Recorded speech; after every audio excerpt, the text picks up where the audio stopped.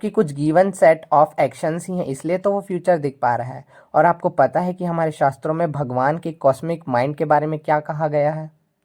Welcome to Ishan everyday guys.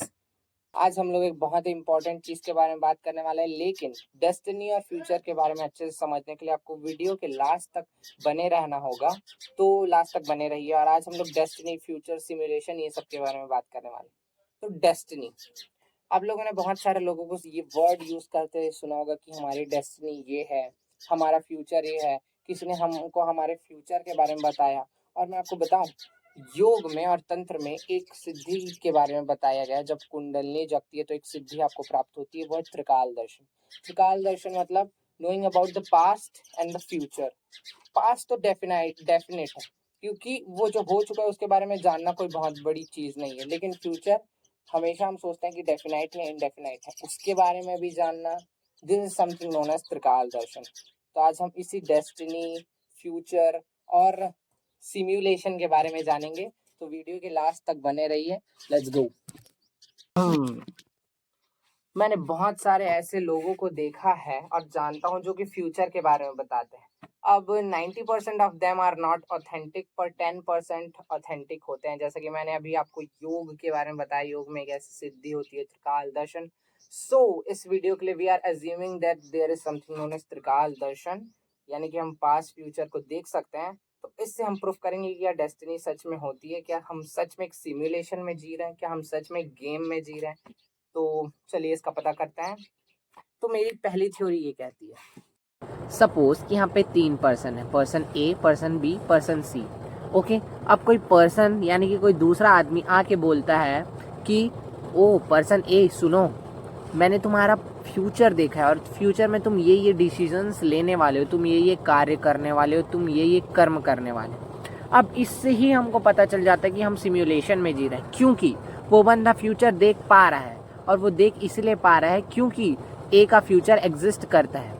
For example, अगर आप इन 3 बंदों का एग्जाम्पल ले, तो आप सामने वाले फ्यूचर वाले बंदे को देख पा रहे हैं। क्यों देख पा रहे हैं? क्योंकि वो एग्जिस्ट करता है। अगर वो एग्जिस्ट ही नहीं करता तो आप उसे देखते कैसे? और अगर आप उसे अभी देख पा रहे हैं, जो कि पहले एग्जिस्ट होने वाला है, मतलब आने वाले टाइम में एग्जिस्ट करने वाला है, यानी कि वो पहले से डिफाइंड है, पहले से पता है आपको क्या क्या होने वाला है आगे, यानी कि कुछ गिवन सेट ऑफ रूल्स हैं जो कि आगे होने वाला है। इसका मतलब कि हम सिमुलेशन में जी रहे हैं। सिमुलेशन यानी कि गेम।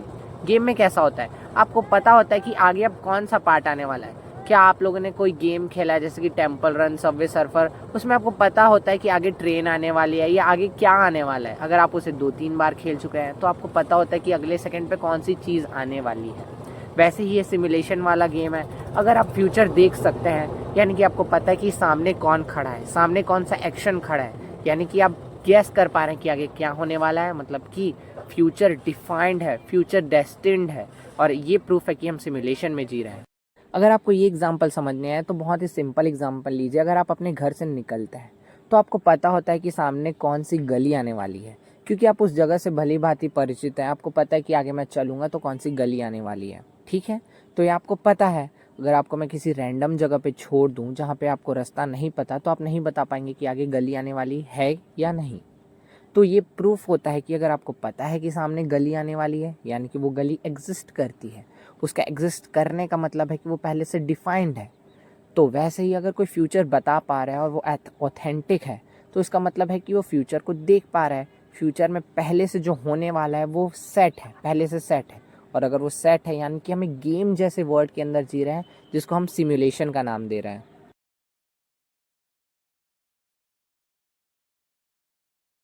यहाँ से मेरा दिमाग एक और एंगल पे सोचता है कि फॉर एग्जांपल लेट से आपका फ्यूचर डेफिनाइट वे में एग्जिस्ट नहीं करता, ओके, लेकिन आपका पास्ट तो डेफिनाइट वे में एग्जिस्ट करता है। यानी कि पास्ट में जो आप लोगों ने किया है, पास्ट में आपने जो एक्शंस लिए हैं वो डेफिनाइट है, कोई रैंडम से नहीं लिए हैं। आप उसको बता सकते हैं कि हाँ मैंने पास्ट में ये किया है, ओके।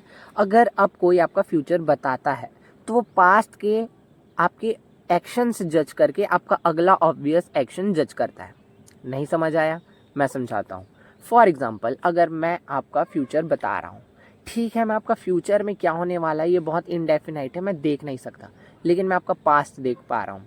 फॉर एग्जाम्पल, आप रोड में चल रहे हैं, और आप चलते-चलते सीधे देखते हैं। मैंने आपके पास्ट में देख लिया है कि आप सीधे देखते हैं, ओके? अगर आप सीधे देखते-देखते चल रहे हैं और मैं आपका पास्ट देख पा रहा हूँ, अब मुझे कोई पूछेगा कि भाई इसका अगला कदम क्या होगा? तो मैं ऑब्वियसली कहूँगा कि ये सीधा देखकर ही चलेगा। क्यों? क्योंकि पास्ट में आप सीधा देखकर ही चल रहे थे, तो मैंने सबसे आपका ऑब्वियस एक्शन जज किया, ओके? तो इस हिसाब से मैं आपका फ्यूचर बता पाया। पर यहाँ पे एक ग्लिच आता है, ग्लिच कहूँ या फिर वो आप बताएँगे। पर देखिए, अब आप या तो सीधा देख सकते हैं या साइडवेज देख सकते हैं, यानी कि दाएँ-बाएँ, ठीक है? या तो पीछे देख सकते हैं, ओके? इतने गिवन सेट ऑफ एक्शंस हैं, जैसे कि गेम में होता है कि आप आगे दौड़ सकते हैं, कुछ गेम्स में मे बी पीछे आ सकते हैं, साइडवेज जा सकते हैं, ओके? यही गिवन सेट ऑफ एक्शंस दिए गए हैं, इसके अलावा तो आप कुछ नहीं कर सकते, ओके? तो मैं इन्हीं में से चुन के बताऊँगा, आप पिछले टाइम पे क्या करते आए हैं और गिवन सेट जो मुझे फ्यूचर का पता है, उसके बेस पे ही मैं जज करूँगा, ओके? अब जो गिवन सेट मुझे दिया गया है कि आप या तो सीधा चल सकते हैं या पीछे आ सकते हैं या साइडवेज जा सकते हैं, ये भी बात प्रूफ करती है कि हम सिमुलेशन में जी रहे हैं। क्यों? क्योंकि गेम में भी ऑफ कोर्स ऐसा ही होता है कि हम सीधे जा सकते हैं, पीछे आ सकते हैं, साइडवेज जा सकते हैं, कुछ गिवन सेट ऑफ एक्शंस ही दिए गए हैं। तो ये भी कहीं न कहीं हमको इंडिकेट करता है कि हम किसी न किसी सिमुलेशन में जी रहे हैं। अब इसका हम एक स्पिरिचुअल थ्योरी जानते हैं, एक स्पिरिचुअल थ्योरी जानते हैं कि कैसे हम सिमुलेशन को एक स्पिरिचुअल वे में देख सकते हैं। हमारे शास्त्र कहते हैं कि हम भगवान के कॉस्मिक माइंड के अंदर जी रहे हैं, यानी कि हम उनके थॉट वेव्स हैं। बिल्कुल वैसे ही जैसे हम सोते हैं और सपना देखते हैं, बिल्कुल उसी प्रकार I am taking a similar example, but उसी प्रकार हम भगवान के माइंड में जीवित हैं। हम एक्चुअल में उनके थॉट वेव्स के कारण जन्मे हैं। ये पूरा यूनिवर्स जो है वो भगवान के माइंड में है, वो उनके थॉट वेव्स की वजह से पैदा हुआ है और इसको कंट्रोल कर रहा है भगवान की माया शक्ति। गीता में भी श्री कृष्ण ने कहा है कि ये सब कुछ उनकी ही माया है, उनकी ही शक्ति है, उनकी ही प्रकृति है। ये प्रकृति जिसके कुछ गिवन सेट ऑफ रूल्स हैं, जैसे कि फिजिक्स के रूल्स हैं कि ये होना है, ये होगा। अगर हम सेब को नीचे गिराएंगे तो वो नीचे ही गिरेगा। ये गिवन सेट ऑफ रूल्स हैं, ये माया है और ये कहीं ना कहीं इंडिकेट करती है कि हम सिमुलेशन के अंदर जी रहे हैं। हम भगवान के दिमाग के अंदर उनकी प्रकृति, उनकी माया शक्ति के द्वारा जी रहे हैं। तो अब हम क्या कर सकते हैं? हम सब चीज़ डेस्टिनी के ऊपर छोड़ दें, क्योंकि सब चीज़ तो प्री डिफाइंड है। हम सिमुलेशन मान के जी रहे हैं, तो क्या मैं सब कुछ डेस्टिनी पर छोड़ दूं? नहीं। अब वहाँ पे हमें अपना ज्ञानी दिमाग बंद करके वो करना चाहिए जो श्री कृष्ण ने गीता में कहा, कर्म करने। श्री कृष्ण ने कहा है कि कर्मण्येवाधिकारस्ते मा फलेषु कदाचन।